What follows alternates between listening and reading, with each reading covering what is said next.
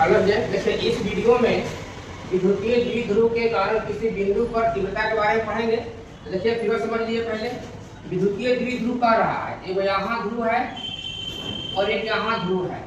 इस ध्रुव को plus Q मान लेते हैं, इस ध्रुव को माइनस क्यू मान लेते हैं। ये पॉइंट ए है, ये पॉइंट बी हम लोग का है और यहाँ से यहाँ तक की जो दूरी है उसको 2l मान लेते हैं और ये ओ हमारा सेंटर हो गया। अब यहाँ से कोई बिंदु P है, यहाँ कोई बिंदु P है, यहाँ से बिंदु P की दूरी r है और इसी बिंदु P पर तीव्रता निकालना है। विद्युत क्षेत्र की तीव्रता का है या तीव्रता का है, दोनों एक ही बात है।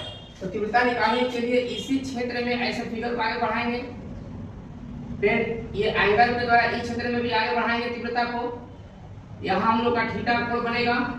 जब ये लंबाई के रूप में जाएगा इसमें तीव्रता को ER मानेंगे और लंबवत रूप में जाएगा इसमें तीव्रता को E थीटा मान लेंगे और ये हमारा परिणामी तीव्रता बन जाएगा जिसको हम लोग E मान लेते हैं और इसी का वैल्यू निकालना है।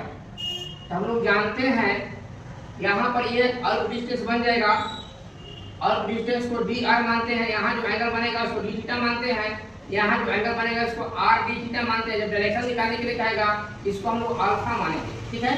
और हम जानते हैं कि परिणामी तीव्रता E इक्वल टू होता है हम लोग का रूट में ER² प्लस E θ²।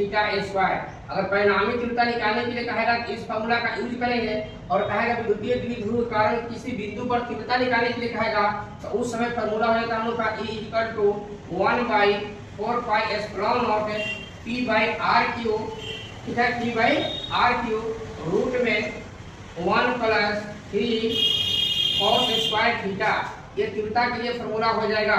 लेकिन ध्यान रखिएगा ये जो बिंदु P यहाँ था, अगर ये बिंदु P जो यहाँ पर रहेगा, फिर ध्यान रखिएगा अगर यहाँ पर रहेगा ऐसे यानी कि अक्ष पर रहेगा तब क्या होगा, यानी कि हम कह सकते हैं कि अक्षीय स्थिति के लिए जब अक्षीय स्थिति कहेगा हम लोग का, हम जानते हैं कि थीटा का मान हमारा 0 डिग्री हो जाएगा और जब थीटा का मान 0 हो गया यानी कि यहाँ 0 जब होगा तो cos 0 का मान 1 होता है यानी कि 3 और 1 4 हो जाएगा और 4 का रूट 2 हो जाएगा यानी कि E बराबर फॉर्मूला हो जाएगा हम लोग का 1/4πε0 2P/r³।